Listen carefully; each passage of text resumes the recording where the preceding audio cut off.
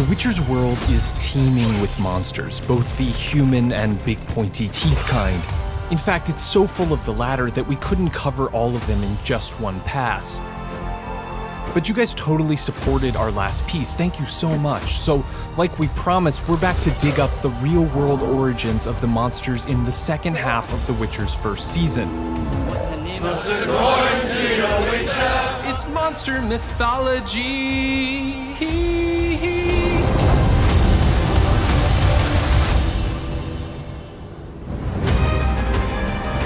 Well, there's a tiny little problem with the first monster we see in episode 6.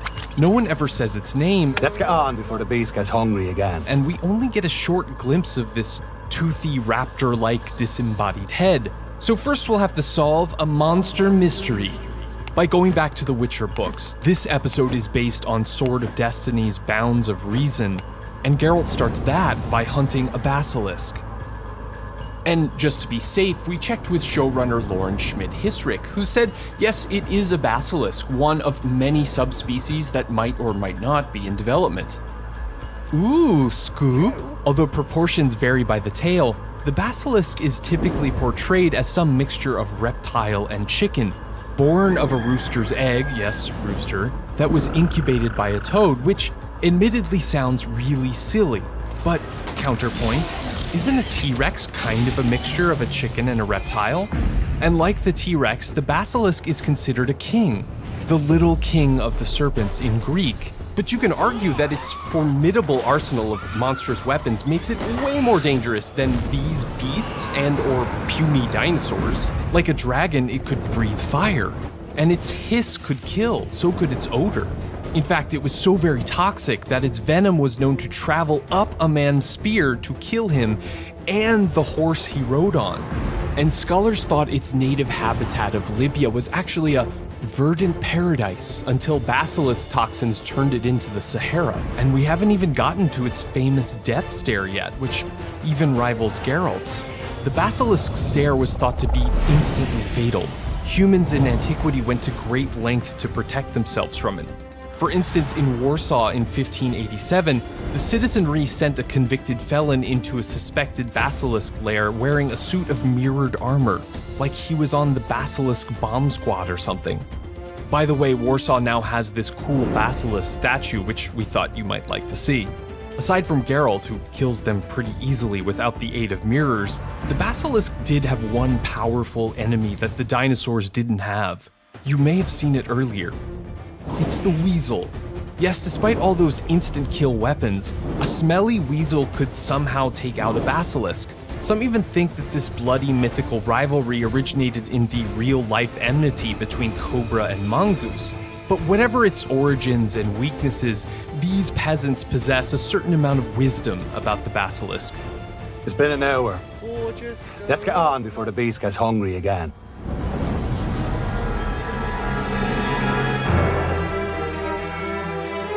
The Hyrika is a rare creature within the world of The Witcher, and unfortunately it's even more rare after the incident in episode 6.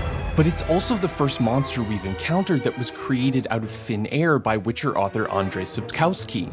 As far as I can tell, it's only mentioned in the Sword of Destiny, and there just 2 times. Blame destiny. But we do get important information that the Hyrika is so endangered that Geralt won't accept a contract on one. The show expands on that. The exceedingly rare Hyrika lives in a forest. It changes from something cute to something frightening, but it's harmless if given food. It's probably starving.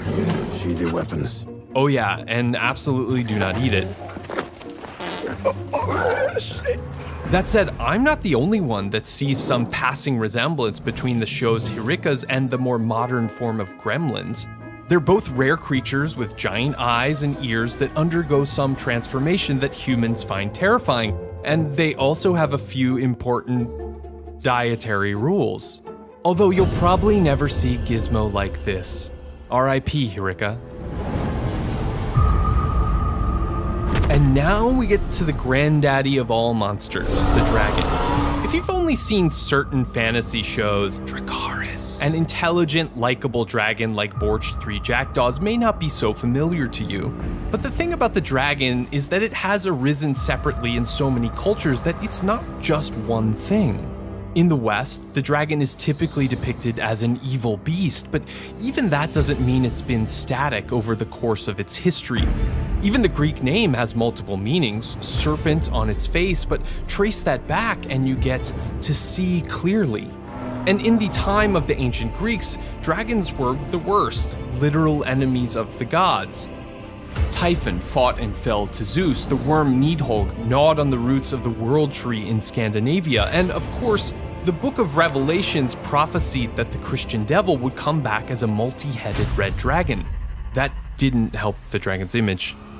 But when spinners of tales started writing about dragons as creatures on Earth, they weren't necessarily what we associate with our familiar Western dragons. Roll a saving throw against dragon's breath! Pliny the Elder, a Roman natural historian who would influence generations, wrote about dragons as almost boa constrictors, killing with their powerful tails. So strangely, there's almost a millennium of accounts of dragons hunting elephants, their supposed favorite prey, that are straight out of nature documentaries. Ah, the now wary elephant and her calf move swiftly to the depths of the river, giving the hungry dragon no other option than to seek new feeding grounds. And dragons of this era were terrified of the supposedly godly panther. You don't see that much anymore. Getting away from that early depiction seemed difficult. Beowulf's famous dragon flies and breathes fire and hoards treasure like future dragons would, but it's also said to coil and to possess a venomous bite like a snake. In fact, it wasn't until the 1200s that the first known modern dragon appears in a manuscript, a winged, four-legged, fire-breathing red dragon that would become part of many a knight's stories. For kingdom and glory. But even then, the bestiaries varied by author, spawning amazing, now forgotten dragon facts like this one. It was thought that dragon urine, which obviously would rain down from the sky, would putrefy human tissue upon contact. Anyway, that's just the West. Because the East has had its own distinct dragon culture maybe since the year 3000 BCE, and they're not evil at all. In fact, they're considered powerful and lucky, revered as celestial beings that could control the rain among other aspects of reality. They were even adopted as symbols of the Chinese emperor. And while they are still largely flying serpents, the Eastern dragon is typically believed to include parts of 9 different beasts.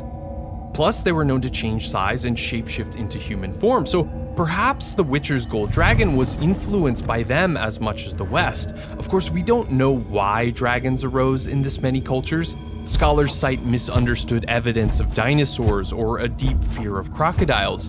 But I do know I always love to see them, which is why Lauren Schmidt Hissrich's idea that there are gold dragon witchers that protect other dragons from humans should immediately be greenlit by my superiors at Netflix. Thank you for your consideration.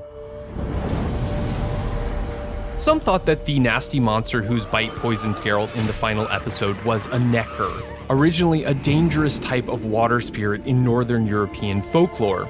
But Lauren confirmed for us that this was indeed a pack of ghouls we saw burrowing through the corpse-strewn battlefield.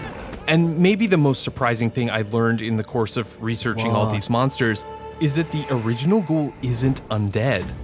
What are you doing to me, D&D's Monsters Manual?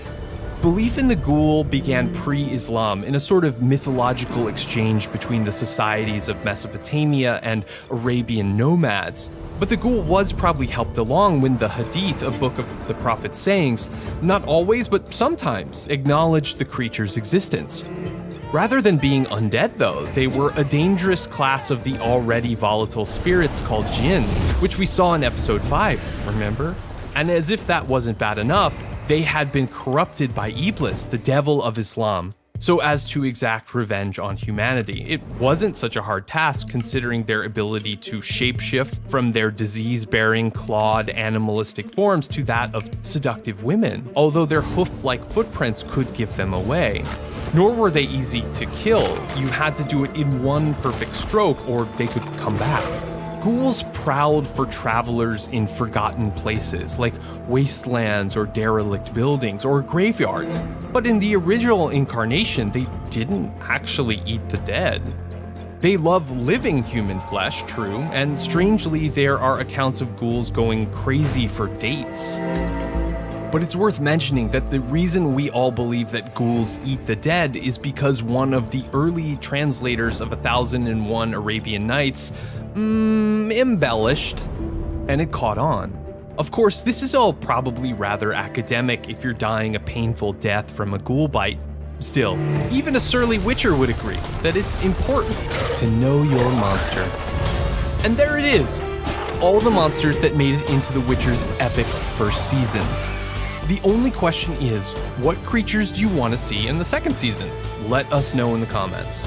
For me, I think I want a chort. Until then, happy hunting.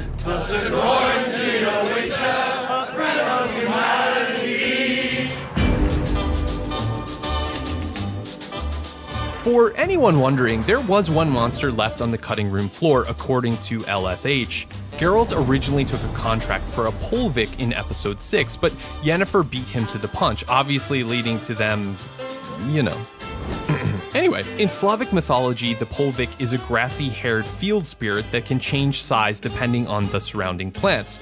But it can be hostile, especially to those who fall asleep in the fields. The only way to get in good with one was to offer it 2 eggs and a rooster that could no longer crow while no one was looking. LSH says the show version was, and I quote, "so cute." Maybe next time.